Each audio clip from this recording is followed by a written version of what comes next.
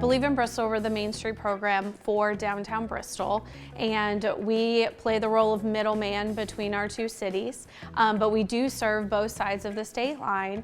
We're duly accredited from National Main Street, and so we do have resources from both Tennessee and Virginia to continue the vibrancy of our downtown and make sure that it is a place that our community can enjoy and celebrate and appreciate.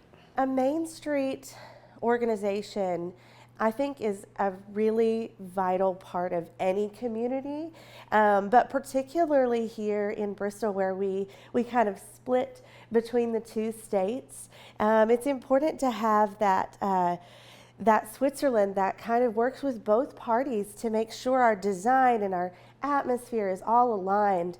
I mean, you wouldn't believe conversations we're having with both cities about what do we want our Christmas atmosphere to be? What do we want our July 4th celebration to look like? And what is the identity we want to build for Bristol? And so I think our job is crucial, particularly where we are with Tennessee and Virginia being sharing Bristol, so to speak.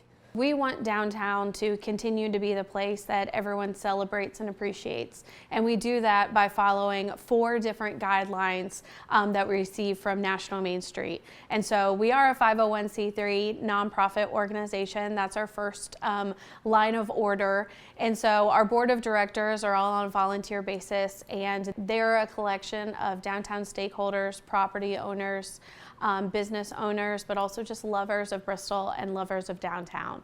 And so we do only have 3 staff members. We have 1 full-time and 2 part-time staff members, and then the rest is an army of volunteers to get all of what we do done. The other 3 points, we have design. That is how your downtown looks. Is it pedestrian friendly? Is it vehicular friendly? Is it safe for people to walk around downtown? Obviously, Bristol, we have a unique design feature, and that is our state line. We want people to be able to recognize the state line for those picture opportunities, but not for design flaws. And so you'll see a really cohesive look when you look down State Street as far as the lights and the planters and all of those design features. And Believe in Bristol from the very start was a big hand in working with our cities to make sure that that was the look that we had for our visitors and our community members of Bristol. So on March 2nd, Believe in Bristol is hosting our 6th Adult Prom Dancing Downtown fundraiser.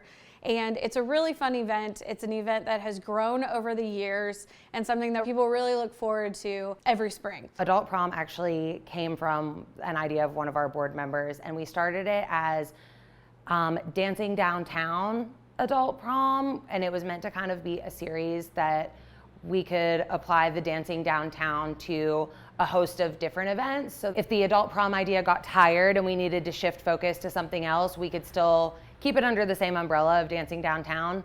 But here we are 6 adult proms later, and nobody's sick of it yet, which is great. We're still selling out tickets and people are still loving it. So we'll keep doing it as long as Bristol is excited about it. But we're really excited for this year's prom. We've done several themes across the years. We've moved in and out of different event spaces. Our first prom was actually held at the train station, and we rapidly outgrew that event like the night that it was happening. So then we moved to the foundation.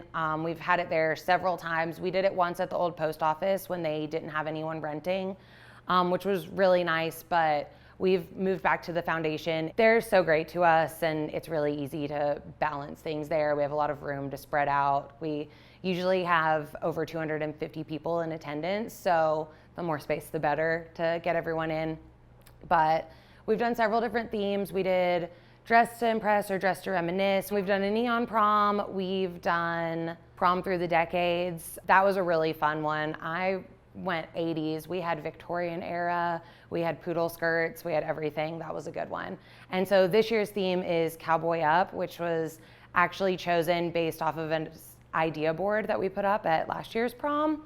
So people are really excited about it. They kind of feel like they selected it themselves, which is great. And we feel like that theme just has such a wide reach. You can really take that to mean any kind of cowboy that you want, any kind of Western influence. So you can go, you know, full ranch style all the way through like a disco cowgirl with lots of sparkles. It gives you a lot of room for everyone to dress to the theme if they choose and still be in their comfort zone. And then of course, you don't have to be themed. If you want to do adult prom and just break out your formal wear, that's great too. We love it.